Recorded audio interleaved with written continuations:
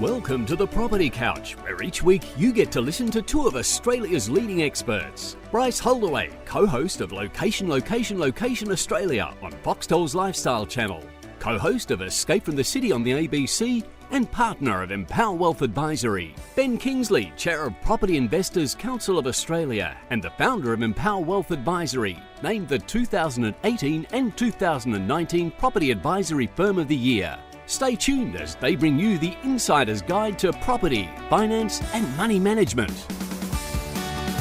All right, folks, welcome back to the Property Couch and welcome back to you for the second week in a row. Ben, how are you? Oh, mate, just, last week was easing my way in. This week, the feet seem to be on the ground, getting some foundations, catching up with what's been happening. Lots of interesting stuff on the property front. So want to get to that during the show, talk about how this odd spring selling season will go. But no, otherwise, mate, rip and raring to go. No one can see this on an audio production, Ben, but you've got this this Kimberley tan. I'm wondering how long it'll take for that to return to the Melbourne the Melbourne glow of white pasty like me. But you clearly looking healthy there. And you did hint about the spring selling season. I do really want to encourage everyone to stick around to the end to what's making property news, because we're going to unpack it, and it's important because there is a shift in this selling season, and it's important. You've got a little insight. You want to do Ben, a little teaser. My little teaser is something to do with a third property ? So stick around to see what your insights are around that. But we've got a lot to cover, so that will be in what's making property news. Before we get into today's show, we put a little shout out as part of my life hack last week, Ben, around the question: would you charge a couple of $100 for people to turn up to your wedding, ask for no presents, so that you can have a wedding and fund your home deposit to get into a property, maybe an investment property, whatever you want? That went off. A fair bit of feedback around that. So I want to say thanks to the community. It's not too late to go and give us your feedback around that. We'd certainly love to hear from you. And I'd also like to know which way did it land, Bryce? Which way did it land? Was it sort of, absolutely happy to... Yeah, there was some interesting ones, right? So, for example, Anthea said, I would just forego the wedding and stay focused on saving my own deposit for my own property. Anything else will end in tears. Golub, sorry if I mixed that up pronunciation-wise. Wogs have been doing it for generations. How do you think we own half of Sydney? And Melbourne. Luke says, I haven't been to a wedding where I haven't given anything other than cash. Clint says, yes, I've been wishing, I had a wishing well that paid for our honeymoon. What better cause than a house deposit? So there were and there's a few more, and I'd encourage people to go over to our Facebook page to have a little read of that. But I'd love for people to contribute. Maybe there's some traditionalists out there who say, no way, a wedding's important. That's an important marker in life, and a house doesn't trump that. That's fine. But I'd certainly love to hear from you. Well, we would, Ben. I'd talk in plural, not singular. And also, what other question do you want us to ask on Facebook? Let's crowdsource some of these bits of feedback around money. Certainly give us some feedback around that. But we've got a big show to cover today, Ben. Anything else before we kick it off, mate, from your end? No, all good. Ready to roll. Okay. So my Mindset Minute theme today is we had some great leadership from our leader in our company, Jamie Sinclair, yesterday, where he organised for a speaker to come in and not talk about mental health, Ben. There was a very subtle but important pivot around that to come and talk to us about mental wealth. And clearly, we've got a large section of our team in various parts of lockdown across Victoria, New South Wales and ACT. So it was a very, very important message. But one of the reflections that we got from that session, my life hack's also going to get a takeaway from that session as well. So stick around for that. But it was the concept of reflect, rest, and reset. And it was really important because quite often if we're working from home, we've got this scenario where you're working from home there, Ben, I'm working from home here. There's little differentiation between what's personal and what's business, and therefore the ability for us to move towards burnout is real, and it's something that we've got to actively manage in our individuals, and also for you and I and our leaders in our business to make sure we do that with the best interest of our team as well. So reflect, rest, and reset, I thought was really important, because the reflect is if something happens, you just reflect on that and acknowledge it. It's kind of a, an after event review. It's important, even if it goes negatively. If it goes positively, great, but even if it goes negatively, you just reflect on it. And then rest after you've done that, which could be as simple as just taking a breath or going for a walk around the block or whatever it is that you need to just have that rest. And then reset so that you have an opportunity to go, all right, now I've got to dial back in, get on with it, and do that in a process and have that as a routine and a part of your life to make sure that we get through some of the challenges. So kind of made me think about Michael Clarke, the ex-Australian cricket captain. Great. Yep. And he used, and you don't like cricket, Ben, so this you may glaze over, but when you're staying, because he used to be able to stay at the crease for a long time, bat for long scores, and just the concentration that used to happen at that, to be able to do it at that level is enormous. So he had a version of this anyway, where he would obviously face the ball, reflect on what's actually happened when he faced the ball, but immediately switch off, look around, think about something else. So that's the rest component. And then as the runner gets to the top of their mark, get back to the crease, get ready to take the ball, to take the next ball. And so that's an example of then reset. Because if you're thinking about the bowler, every ball you've got at every moment of those marathon sessions, you just won't survive. You'll make a mistake and you'll get out cheaply. So there you go, folks. Some wisdom from the session that we had yesterday. Reflect, rest, and reset in this current environment to make sure that you're getting the best of yourself so that you have mental wealth, Ben, not just talking about mental health. Mental wealth is important. I mean, my favourite's Andre Agassi, right? Not Andre Agassi, well, he was one of them, right? But who's Rafael Nadal? Here's another one. I mean, the routine that he goes through before he serves or receives is all about that. So reset and basically get ready, right? So you'll find them, they'll towel themselves down, they'll touch, but you can really see it as clear as day with him. Yep, and the shirt and everything like that. So, and the sweat. So that is part of a routine that they're getting into. Great golfers do it in terms of how they approach the ball and how they visualize. So it's pretty powerful. The mind, I tell you what, it's a pretty powerful little muscle you've got there. And if you can work it, and we've obviously talked a lot about Jamin Fraser's, sort of story state strategy. A lot of those things will help you in these challenging times, in terms of if your story's not working for you, you can change your story, change that identity, work through, move away from mooring lines. And I think they're really powerful messages, right? Because right now, it's a challenging time. It's a battlefield of the mind, Ben. And if the people who get through it are the people that win the mind game. Have you read a book, Can't Hurt Me by David Goggins, or have you heard about the book that Can't Hurt Me by David Goggins? No. Long story short, he's a Navy SEAL. They go through, has to do Hell Week 3 times.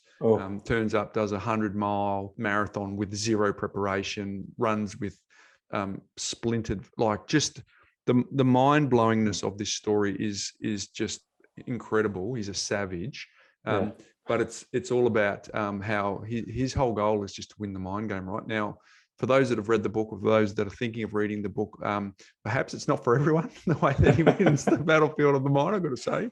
You Can't Hurt Boat Crew too. But he is well and truly demonstrating to me. And the reason I'm listening to it, Ben, and we digress a little bit, I go for a bike ride, as you know, down here on the surf coast. It can get a bit brisk in the morning on the old fingers.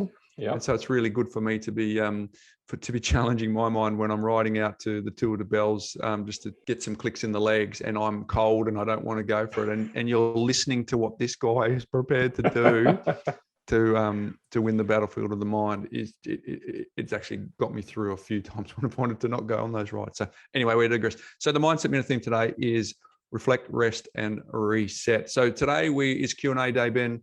I've grouped a bunch of questions around, I think they're back to basics questions. And I think for the newbies, it'll be really helpful. But I also want to encourage the intermediate and the advanced just to remind themselves of some of these fundamental principles that these questions come. Now, just so everyone knows, when you send me questions via SpeakPipe, you send them via email, you send them via socials, you send them via direct message, we get them and we collate them. And we see, well, me in particular, Ben, you see a lot of them. I see them all. And so what I'm trying to do is always find questions that we haven't answered before, that are unique, that can offer some different insights, so that we can serve our community to the best of our ability. We certainly encourage people to the best they can to do a lap through our catalog. Now we're at episode 355. I get that's difficult, for people who've been with us since the beginning, Ben. It was just 1 week after another.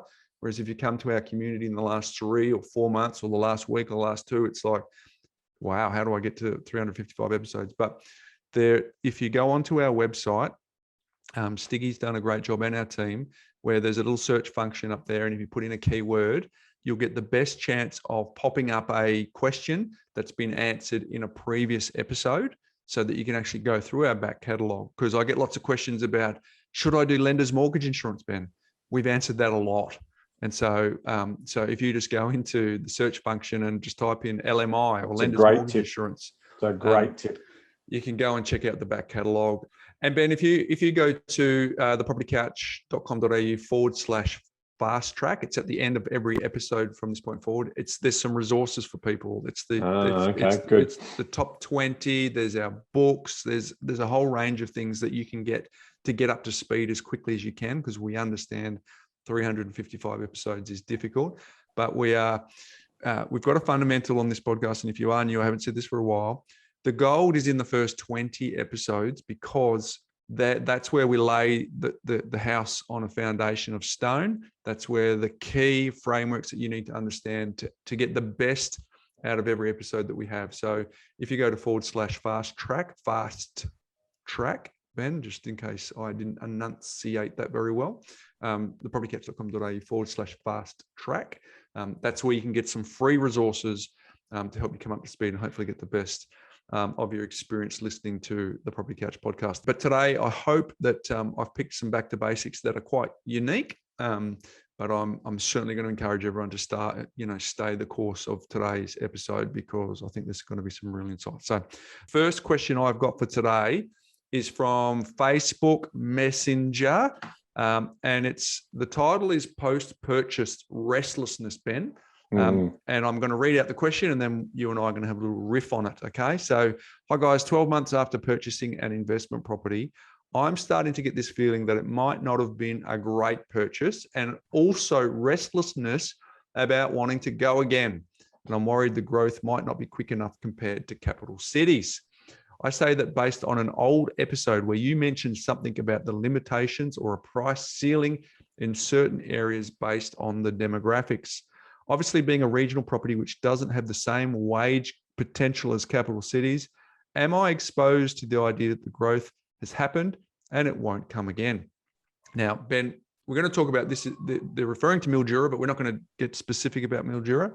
But for reference, the idea of the inner city living, albeit in Mildura, has exploded recently and is the driver of the growth over the last 5 years. The council and state government have invested to upgrade the riverfront very close to the CBD, and it's completed stage 1. Stage 2 has started to attract funding, and small upgrades, extensions have started.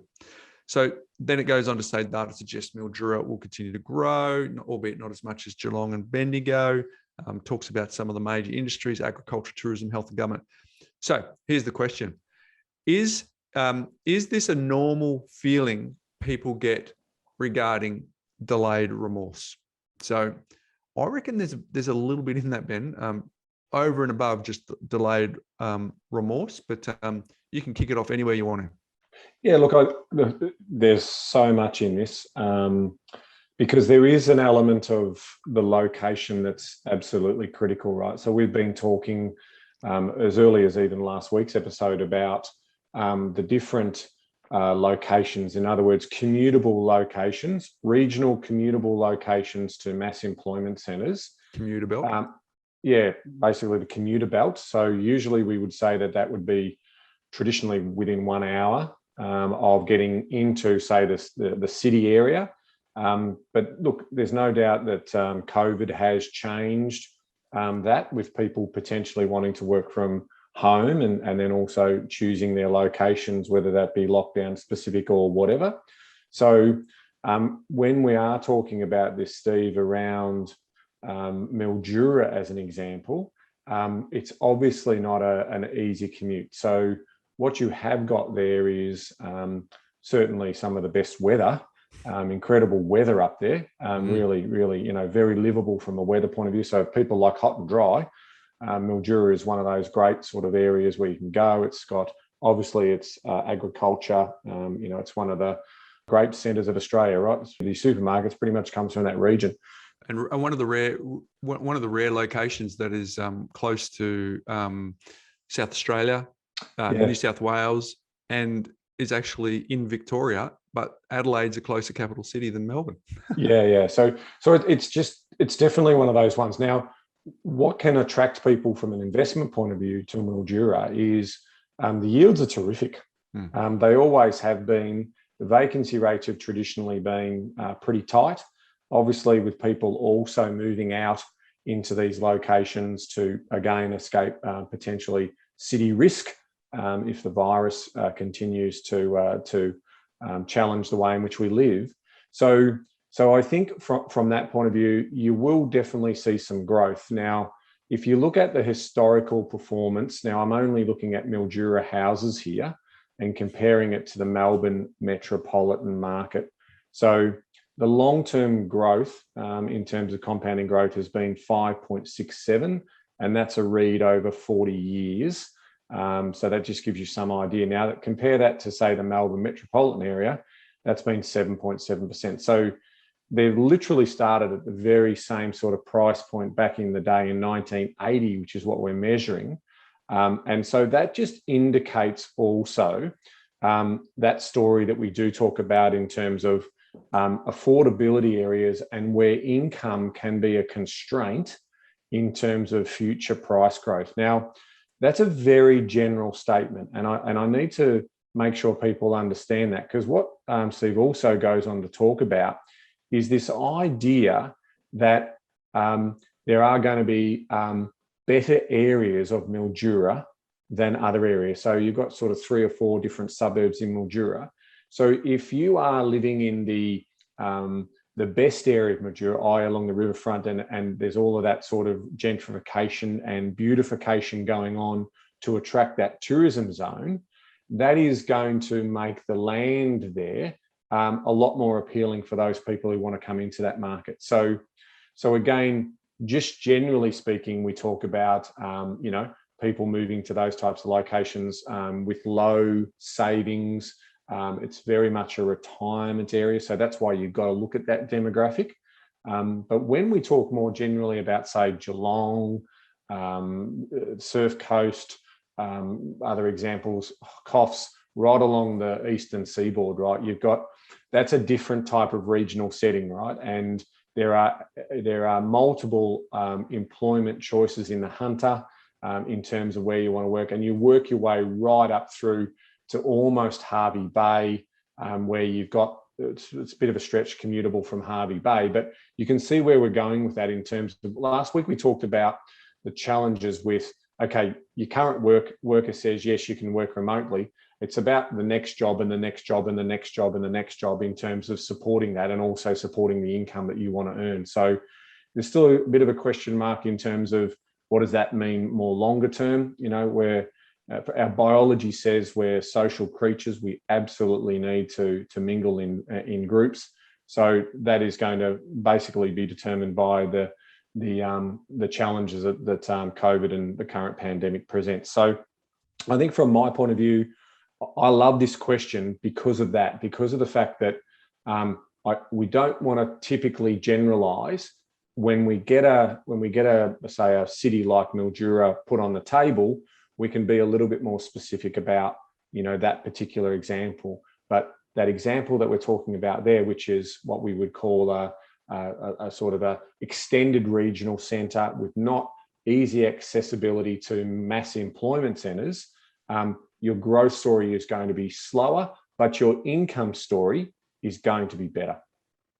Yeah, good summary there, Ben. I think for me, it's a micro macro, right? Because I actually had a look at the property, and the handle for this Facebook person is Stevo14. So Stevo, I had a look at the property, and I think if we stay micro on just in Mildura, I think there's a lot to like. It was a period home close to the water, in the heart of the action. So the property had owner occupier appeal. So we're starting to go tick, tick, tick, tick on a bunch of frameworks that we like to talk about. So within the context of Mildura, I think you purchased well. I don't pretend I'm an expert in Mildura, Ben, so I don't want to offend any Mildurians if that's the term. But what I do know is you said before pandemic an hour was it? So Ballarat was, I think it's about an hour and 9 minutes on the train. Bendigo's about an hour and 30. Before pandemic, people were like, "Oh, that feels just a little bit of a bridge too far." Now pandemic, everyone's going there in droves, right? So the old hour commutable is probably now stretched to the commuter belt definition, or fringe commutable. I'm an hour and a half from Melbourne. If I'm driving in traffic, I'm an hour and 15 if the traffic's good. So that's starting to stretch, and I feel like that's commutable. Mildura is not. The time I've been to Mildura, I got on a plane and I got there, right? I didn't even drive, right?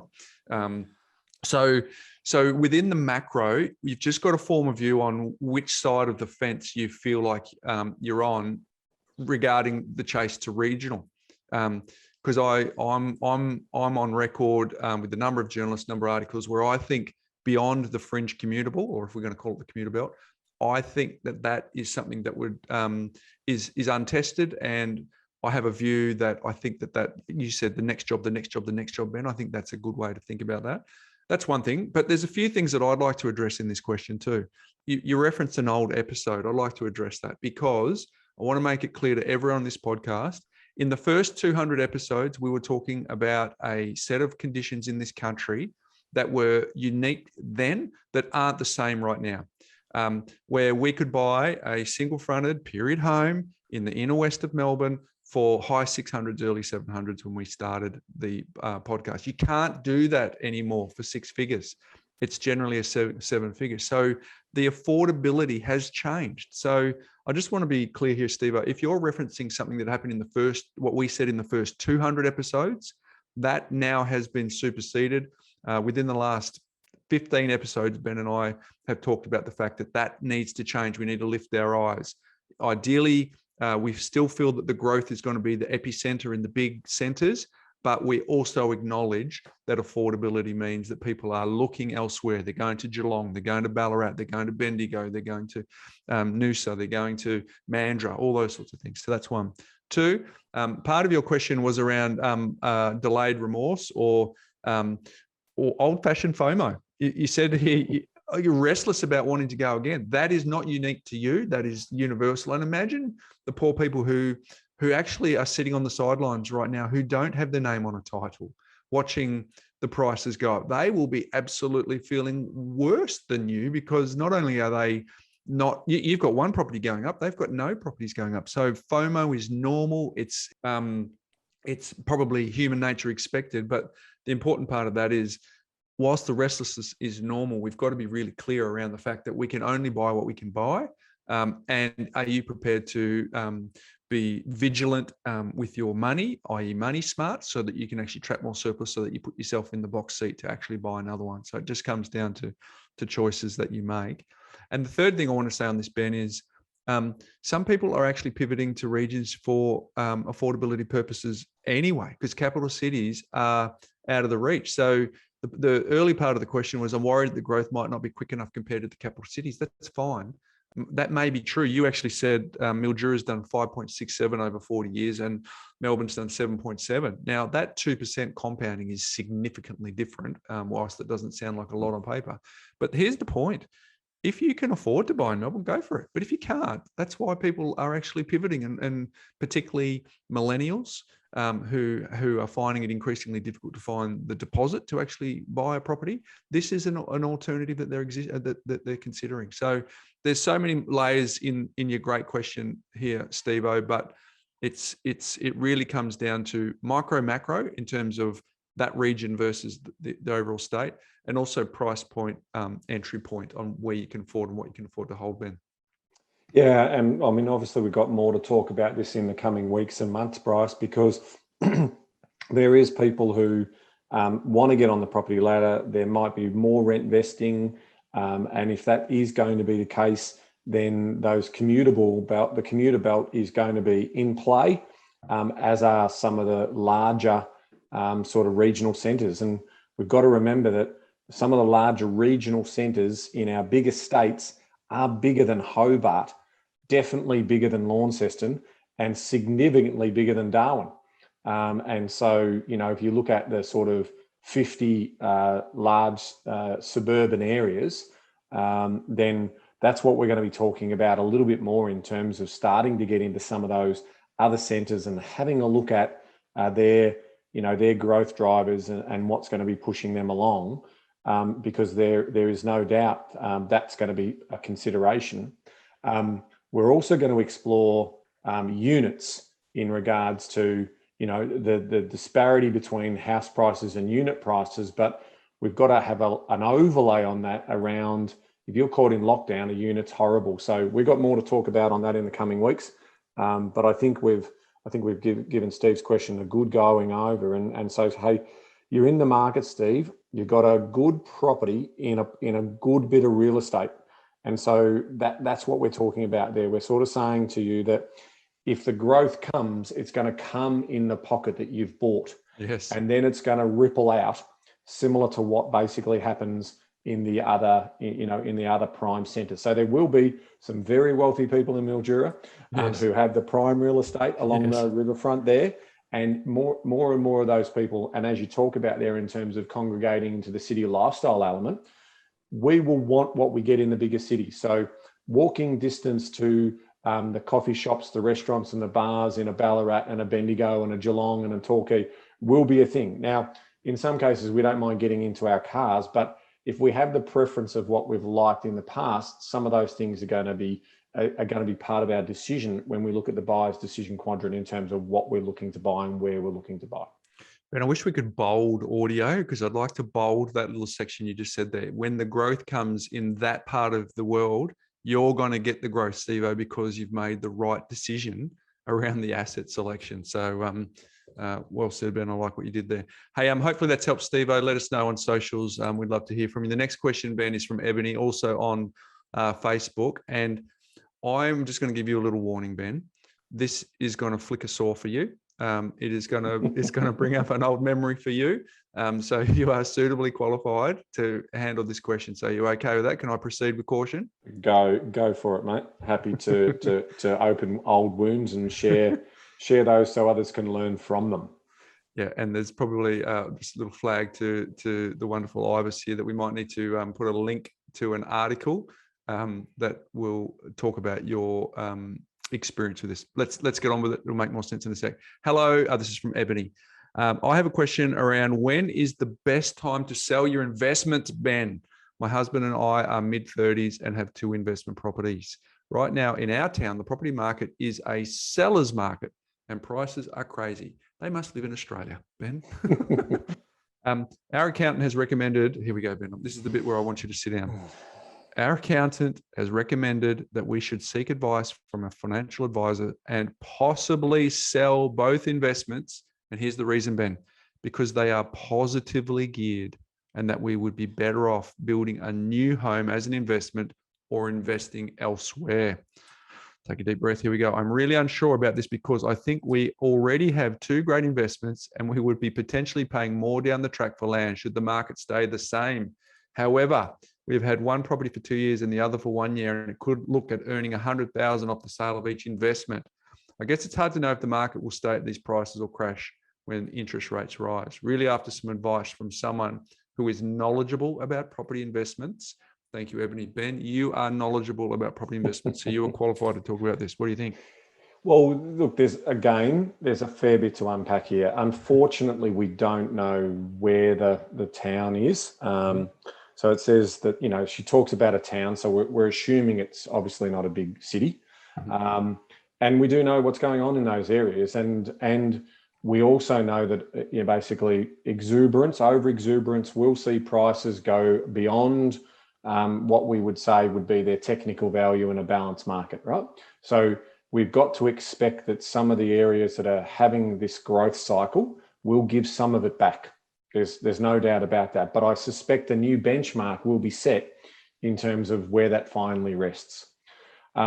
The issue I have here with giving advice around tax is the same problem that I had when I was very young, and I got similar advice because I was earning a good income and I was paying a lot of tax. And so my accountant at that day basically said, let's sell that one because it's positively geared, and let's basically buy into a better market. When what I could have done is release the equity out of that property, renovated the bathroom and the kitchen, and I would still have that property in my portfolio, which would add nowadays probably another $750,000 to my overall portfolio. So the advice I got was driven by the tax consequences, not driven by the overall returns. And what we're steadfast on in teaching people in this podcast is two things. Number one, lifestyle design. So putting the money relating to what you're trying to achieve personally in terms of your dreams, your hopes, your desires, all the things that you want to see for you and your family. And secondly, making your money work as hard as possible for that to happen. And tax is something that you pay to build that up. But if you went and bought another property that was neutral or negatively geared, some of that tax you were paying would be offset by the negative result in the next property. So releasing equity and doing that. So I have a problem with the idea of cashing out when you don't have that full suite of information. So again, if there is a strong desire that you are moving up the property ladder to obtain your dream home, well then we would run the numbers to see whether you could afford the dream home and retain one or possibly two of these properties. And if you could, that would potentially be, making the invisible visible and making an informed decision on that. And let's say something did go wrong. Well, you could always sell one down. Now, did you get to sell it at the peak? Maybe not, but you might have been able to hold on to it for 2 or 3 years before it got too difficult to hold because kids' school fees got too much. Well, then you'd sell it then, right? So there are so many moving parts to this story, but the general commentary around selling because you're taking profits can also be fraught with danger, Bryce.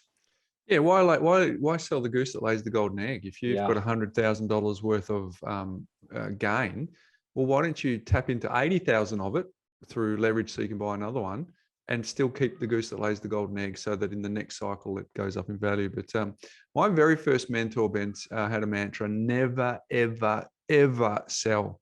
And I took that on board early in my property investing journey, but I've now flicked that to hardly ever sell.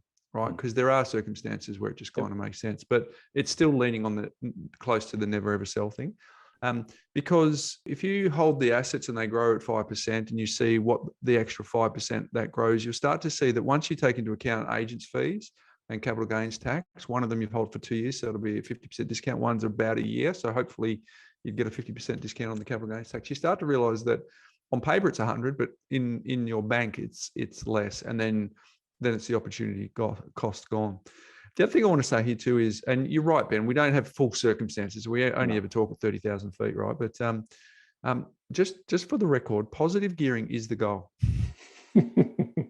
and pausing for effect. Positive gearing is the goal. Now, what that suggests is when 101, it means that the amount of income surplus is greater than your expenses, right? So it could be $1 in front, it could be $1,000 in front, or anywhere in between or more, but it just means you're in front. That's the goal, because we're trying to buy these properties so eventually they become positively geared. So eventually they provide you with cash flow to do the very thing that Ben said was the number one purpose of this podcast, which was to provide lifestyle design. So I just don't want to get that lost, because the reason that the accountant is suggesting that it's sellable is because they're saying you're paying too much tax and we should actually use that tax more effectively, which fundamentally I don't disagree, but not at the expense of an asset that's performing and getting to the point where it's actually arrived at a destination that we're all desperately trying to do. There's people listening to this podcast who are like, I'm negatively geared. I cannot wait to get to the point where I'm neutrally geared and then positively geared, and then I can actually have a number of these so that provides provides the lifestyle cash flow that I'm after. So I just wanted to just remind everyone of that, Ben. Like that is the game. Hey, and shout out to our accounting friends, right? Because the question could have started, and I'm not saying this for Ebony in this particular case, but quite often the question starts from the client who's saying, geez, I'm paying a lot of tax, right?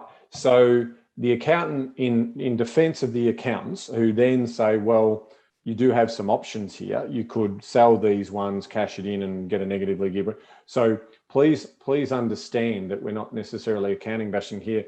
What is very true is if you're paying a lot of tax, normally you're in a pretty good position. You've got a lot of surplus income coming in.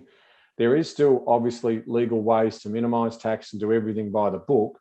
So that's the informed decision, right? That's making the invisible visible and understanding all the moving parts. So yeah, I have no doubt that accountants will be asked every day from people in this position, oh my God, is that how much tax I'm paying? What can we do about that? And that's potentially where a conversation like this can start. So it's also important to note that, yes, but come back to how we've answered this question. Everything comes around personal goals, lifestyle goals, how we get to those, and then obviously how we replace your working income. That's what we do here. And then how we trap surplus, make it work harder for you, and obviously leveraged investments, sensible leveraged investments over time.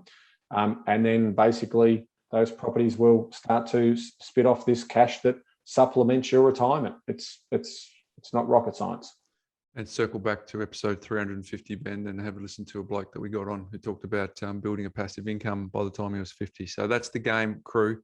And if you're in a positively geared situation, Ben, you are then in a position, it might be what we call a cash cow. It might be an income yielding property so that we can actually retire out some of the debt, Ben, which leads on to our next question. So thanks, Ebony, for that one. Let us know on socials if you have any further feedback around that. But the next one is from Paul Bryce, with an I, not a Y, Ben, on Facebook Messenger. And it's around this very question of retiring debt. Here it is. Can you elaborate on what you mean when you talk about retiring your debt? I'm confused by what you mean by this. Ben, what do we mean? What we mean is that over time, well, there's a few ways in which you can retire debt. We'll start with the very simple ones, right? The one is you can retire debt through selling a property. You can retire a debt through getting access to super. Now, I'm not saying retire it outright, but you can have access to making choices what you do around that. Or you can retire debt based on the income that you generate from the assets that you invest in. And if we put our property hat on, what we are talking about there is if you buy a property that is costing you money to hold, over time, the rent will increase on that property, the value will increase on that property, and you will be able to start to receive positive cash flow every month, and you have an opportunity to pay down that debt. Now, how we do that in our models is put that money into an offset for liquidity reasons and also for other future choice reasons. But that's what we're talking about in terms of retiring debt. So over time, what you'll find is you'll start to spit off more and more. If you rinse and repeat on buying 1, 2, 3, 4 properties, those properties will all start to be positively geared at some point, and they will start to produce income in excess of your costs. So you will start to retire that debt. And when you do, you pay less interest. And when you pay less interest, it means you get more surplus. And when you get more surplus, you pay off more debt. And when you pay off more debt, you get more interest, less interest, and then you get more surplus. And all of a sudden, your debt's retired.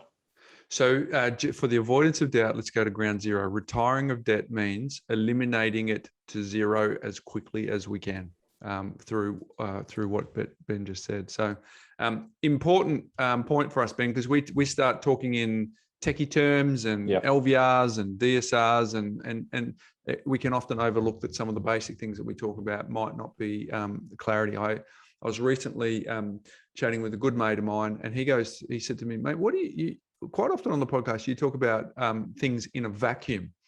And he goes, I went and Googled what that meant, and it was open space. And he goes, what do you actually mean? And I said, well, quite simply, it's like vacuum sealed. When you go and catch fish, Ben, which you've recently done, you've got your picture of your barramundi. We probably should put that up on social so everyone can see it. You fill it up the fish, you cut it into fillets, you put it into those cryovac bags, and then you vacuum seal it. So it's just the fish inside there. Or you get those bags that you put your winter clothes in, and you get the vacuum and reverse. Yes. So there's no, so The it's vacuum bags. sealed. So what I'm saying when I'm talking about a vacuum is making decisions like I'm that piece of fish where it's the only thing, or I'm that those winter clothes that have been put away for summer where it's the only thing. But that's why we always say economists tend to get property, should I be as bold as saying wrong, is because they make decisions about how we're going to operate in a vacuum.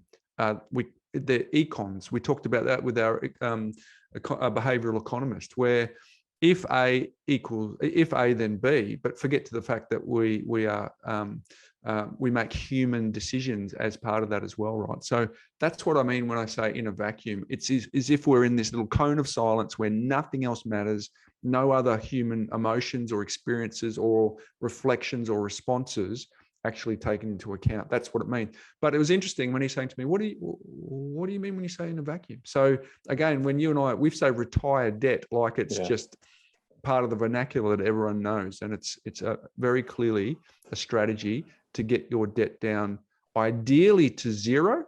But in some cases, people can still create a passive income without their debt being at zero.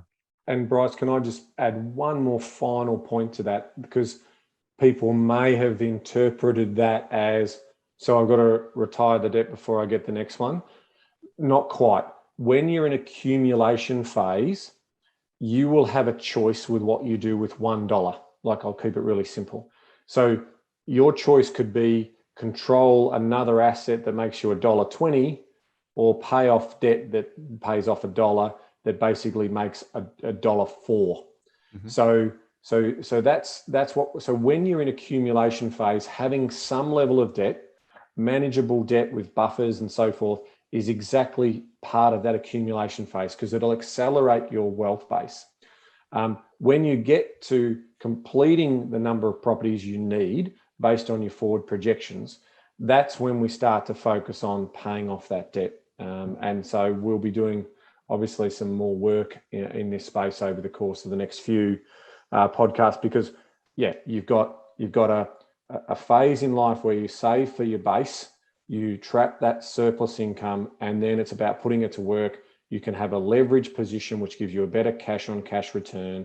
And then ultimately you accumulate until you hit a point that you're done. And then you start to think about, okay, how do I get rid of this debt? Very good. So good question there, Paul. I think on behalf of those folks who are thinking the same thing, fabulous. And I'm glad you asked that. And folks, why don't you ask us some questions on socials that are similar? Are we using some language that you just say, can you just circle back and give us some feedback on what you actually mean by that? That'd be a bit fun. So, and it leads into the next question here from Chris that is also on Facebook Messenger regarding the $2,000 per week. Hi, Ben and Bryce, love your work. I'm not sure if you mentioned it before, and you probably have, but I would like to know where the $2,000 a week comes from.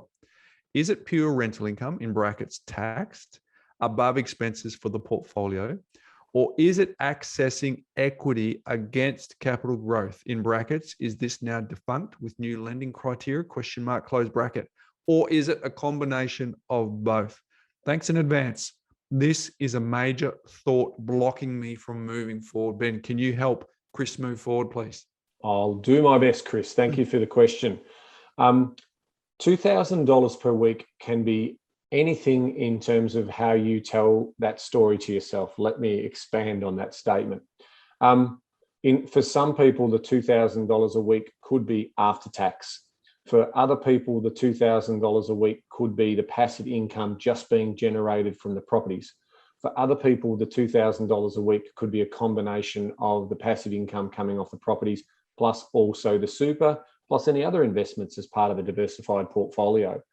When Bryce and I decided on the $2,000 per week, what we effectively did is that we looked at if we can work with average Australians for a couple of decades, there's every chance that you can get to $2,000 a week in passive income, or that will support you in retirement. So $100,000 a year, which would basically put you in that sort of top 5 to 10% of people who are retiring. And we are talking about financial peace.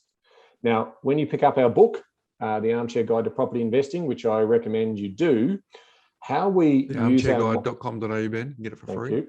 There we go. You can get it for free there. Check it out, armchairguide.com.au. When we do our modelling, what the model is doing is basically determining that when we turn off your working income, we expense out $2,000 a week pre-tax. Okay, so effectively what we're saying is when we design a plan for a client, or the scenarios that we have in the book, effectively that's what's happening, is that the design is that we turn off all working income and we just look at where the income is coming into the household. And again, that could be a combination of the property portfolio and also getting access to your super whenever that's possible. So for some people that's 65, some people born a little bit later now, that's 67. So that's what's happening. So for Chris, I don't want that to be a blocker for you, because really what we are talking about here is coming back to lifestyle design. Your target for you as a single person might only be $75,000, all right, or even $60,000. We do, some clients want $60,000 as their income in retirement, so they're replacing their single income. For other households, it could be $120,000. For households who've got really strong household income, and they're enjoying living off income of $250,000 a year, their target might be $150,000. So they're supplementing that. So as much as it's a wonderful question, and I'm so pleased that you asked it, all we've done is we've sort of said, here's a guide, here's a starting point in terms of what that looks like. And what we are trying to say is, for the rest of your retirement, you know that your passive portfolio will generate that $2,000 a week. Over and above the cost of maintaining the portfolio. So it's for you to fund the lifestyle design. And importantly, we have not factored in getting access to equity to fund that cash flow, Ben. Yeah, there's definitely no, thank you, Bryce. There's definitely no basically using equity to fund lifestyle. And as you say, Chris, that is getting harder and harder. Now, there are some new lending products that are coming out there where you can fund through equity, right? And that's to support the people who are asset rich in terms of their principal place of residence, but cash flow poor, are currently, in pension phase or in retirement phase. So there are some obviously reverse mortgages, and there's some other lending instruments that are coming out to support those people to supplement that income where you are effectively gaining access into your equity. So that will open up, I think, with more innovation in the finance sector over the course of the next 10 or 20 years anyway. But yeah, our goal is to say to you, what's your target? What are you going after? And then basically do your cash flow modeling and do your future changes of cash flow modeling to allow you to be able to do that, and then get to work, take action. Well said. Nothing further to add there. Thank you to Stevo14. Thank you to Ebony. Thank you to Paul. And thank you to Chris for your fabulous questions. Hopefully that's helped some folks in the community, Ben, largely around that theme of back to basics on quite a few of those questions. My life hack today is, and stick around, folks, we're about to get into what's making property news around the spring selling season. But my life hack today is, again, an extension of the presentation that we had for our team yesterday, Ben. And I just want to try and land a framework in people's heads via audio, which requires visual. So if you think of a quadrant, 4 sections of a quadrant, the X or horizontal axis represents your mindset, and the Y or the vertical axis represents energy. So at the top right-hand corner represents high energy, positive mindset. And the bottom left-hand corner is the pole opposite, negative mindset, negative energy. Bottom right is positive mindset, low energy. And top left is high high energy negative mindset. Now, I get it, folks. I'm trying to share something Right. by We'll audio. be in the show notes as well. So if you're on your phone and you can access your phone without driving or doing anything that's dangerous, yeah, it's a good idea to basically jump into the show notes and bring up the slide. But the point is this, Ben, and I want to sort of lead on from the from the Mindset Minute today, is top right-hand corner is high performance, bottom right-hand corner, rest and recovery, top left-hand corner is positive stress, bottom left-hand corner, burnout, right? So it's important to understand that bottom left corner burnout, red, top right corner high performance, green, positive stress, top left corner is orange, but the bottom right one is blue. And it's important. I want to focus on that bottom right one because that's what I said in the Mindset Minute, right? Clearly, we want to avoid burnout. Don't go there. Low energy, negative mindset, and you can go there, and it's hard to come back from. For anyone who's listening to this who's been in burnout, it's not. You don't want to dance with that devil, right? But the important thing here is the rest and the recovery is the important part from knowing everyone wants to stay in high performance. But if you're in high energy, positive mindset all the time, you can actually burn out just from trying to stay in that high peak performance state all the time. So you need to flick down, staying in positive mindset to the rest and recovery phase. And so my life hack today is just to be mindful of those 4 quadrants. The positive stress is sometimes there's areas where you just need to rise to occasion for key moments. Sometimes, mate, I have positive stress just doing this podcast. We feel an enormous weight of responsibility to make sure we're providing the best information we can that's accurate and easy to digest. So we have a heightened stress level it's not negative, but if we do that all the time, it will be negative, right? So the positive stress, the high performance, we fluctuate, but we need to make sure we have a healthy dose in that rest and recovery phase. So what does that look like for you? Have you scheduled that in your calendar for that to happen? What is your expectation for minimum rest time, and are those actions clear? And we do talk about work-life balance, but it's finding things that allow us to between each ball that Michael Clark faces, between each ball that Rafael Nadal serves, what are you actively doing to do that? So I just want to encourage people to do that. Clearly, in a world where half the country, from a population stance, is in lockdown, what can we do for that? So, folks, I thought it was a great message just to share. Imagine 4 quadrants. Again, I understand it's difficult to try and portray in an audio environment. Ben's hinted we will put it in the show notes, but 4 quadrants. Try and make sure you're in the bottom right-hand quadrant in a planned, methodical, thought through, mindful way to allow you to have peak performance in the top right and be able to perform as you need in the top left. And of course, Ben, let's avoid the bottom left, the burnout corner. So, well said, mate. Beautiful stuff. There we go. What's making property news, Ben? You're pretty keen. You're up and about this. So let's hook in. Well, I think it's important, right? I mean, what we've seen over the last couple of months is certainly from the start of the year, we were seeing exorbitant month-on-month growth numbers, right? So again, median prices, so it's a guide only. But anyone who's out and about trying to buy property should know that basically property prices have moved in the tens of thousands, if not hundreds of thousands in certain markets pretty quickly. Mm-hmm. So it feels pretty tough out there. So we have seen that the pace of growth is slowing. And that's the sort of media angle that we're starting to see that. And so obviously coming back in and getting back into the research myself and doing some reading around this, what struck me and what's making property news was the REA Insights housing market indices and the trends there. So we've talked often about how auction clearance rates are a very, very good indicator in strong auction markets about the real-time demand in a marketplace. And we're really interested in terms of number of bidders that are attending auctions and so forth. In a lockdown scenario where auctions aren't taking place, it's very difficult to sort of gauge that. And obviously the auction clearance rates numbers are choppy at best at the moment. And so you can't really get any insights out of that. So from a real-time demand point of view, the next logical place to go is online search interest. And so when you are talking about the REA group, what we are talking about there is realestate.com.au and the insights that our good friend Cameron Kusher puts together every month. So there's a slide deck there. We'll definitely put them in the show notes for you to have a look at.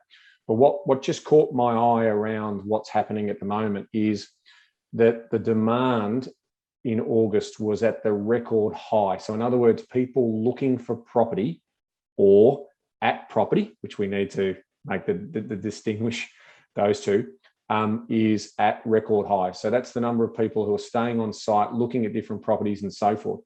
And of course, given that the spring season really didn't get to launch, we haven't seen those listings come through. So we're at record low supply at the moment. Now, that's not to say that everyone's decided not to sell their house indefinitely. But what we're seeing is, I don't want to put my house on the market because no one can inspect it. So how am I going to get a premium for that property if I can't get people through that house? So it really is an odd spring market. Now, traditionally, this is our biggest selling season nationally. So, but it just supports the underlying belief that there is still a lot of demand. So even though affordability is kicking in, and we're seeing that also in the sentiment surveys released by ANZ and also Westpac sentiment surveys, where is now a good time to buy a property, is now in the negative. So I wanted to, normally when you see that in the really high positive, which readings are greater than 100%, means that there's real belief that it's a great time to buy property, and that's normally supported by online search interest. We now have that basically at around 80, 88. So that's actually now the more pessimism about good time to buy property versus not. So, but then you go and see these REA results, and that's contradicting that because of this, sort of odd situation we're in.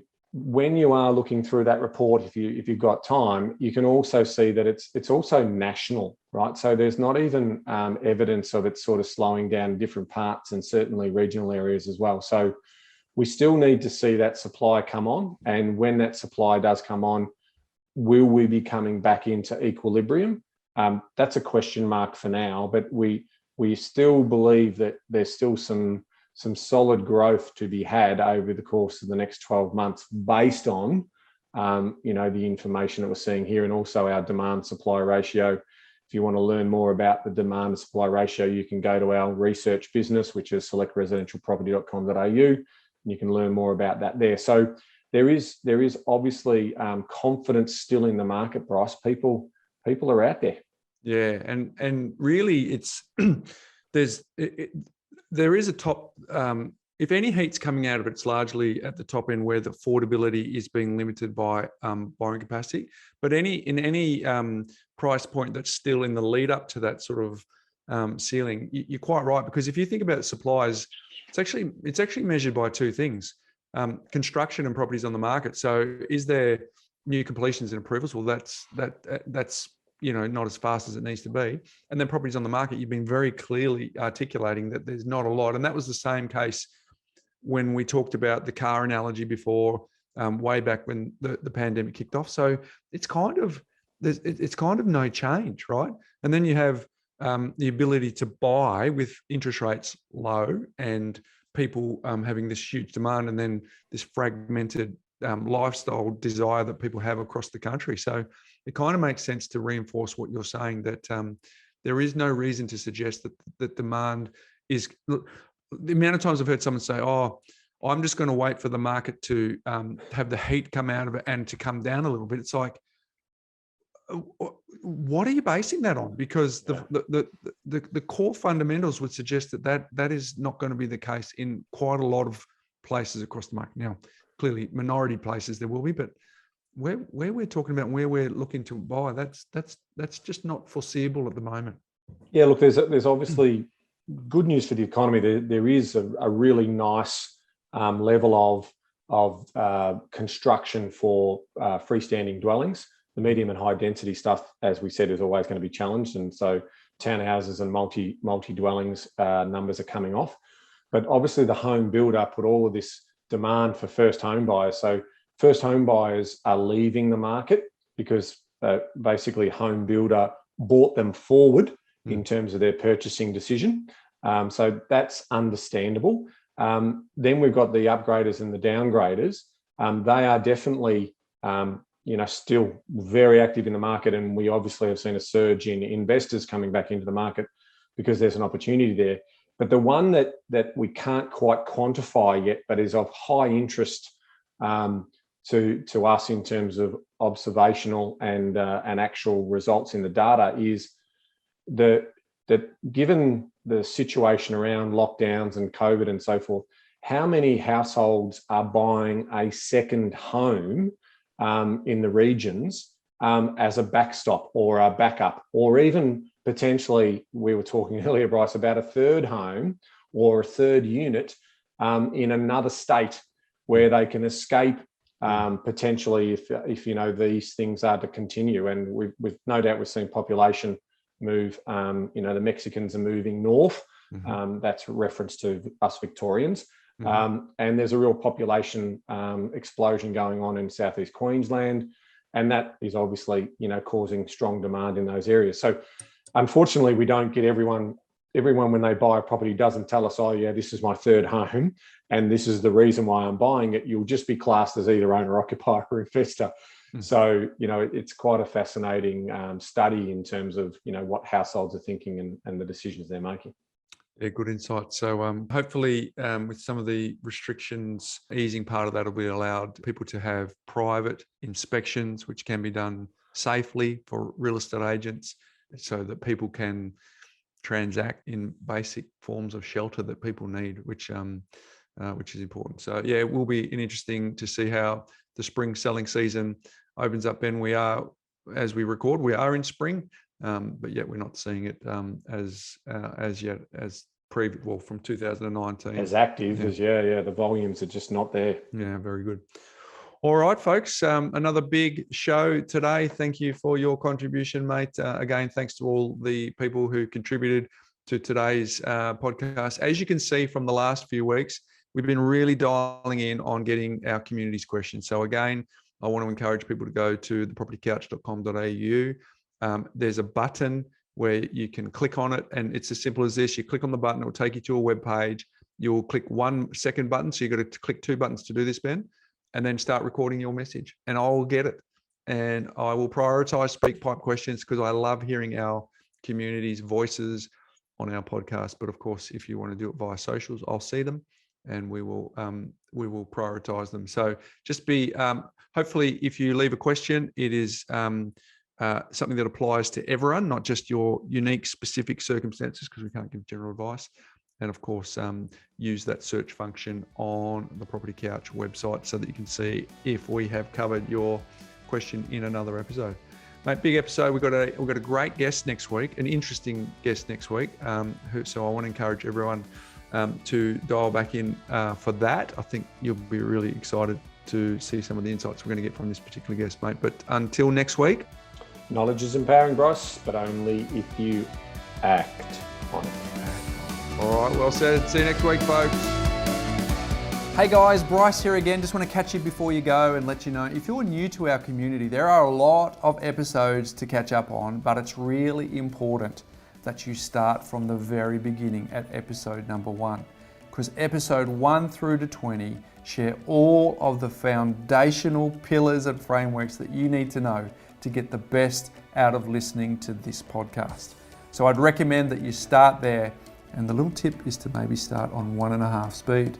Now, for those of you that are time poor and don't have time to go back from the beginning, don't worry, we've got you covered as well, because we've created a binge guide that goes through all of the details and makes it easy for you to read and get up to speed very, very quickly. So if you go to thepropertycouch.com.au/fast track, you will be able to download that binge guide and you will be up to speed in no time.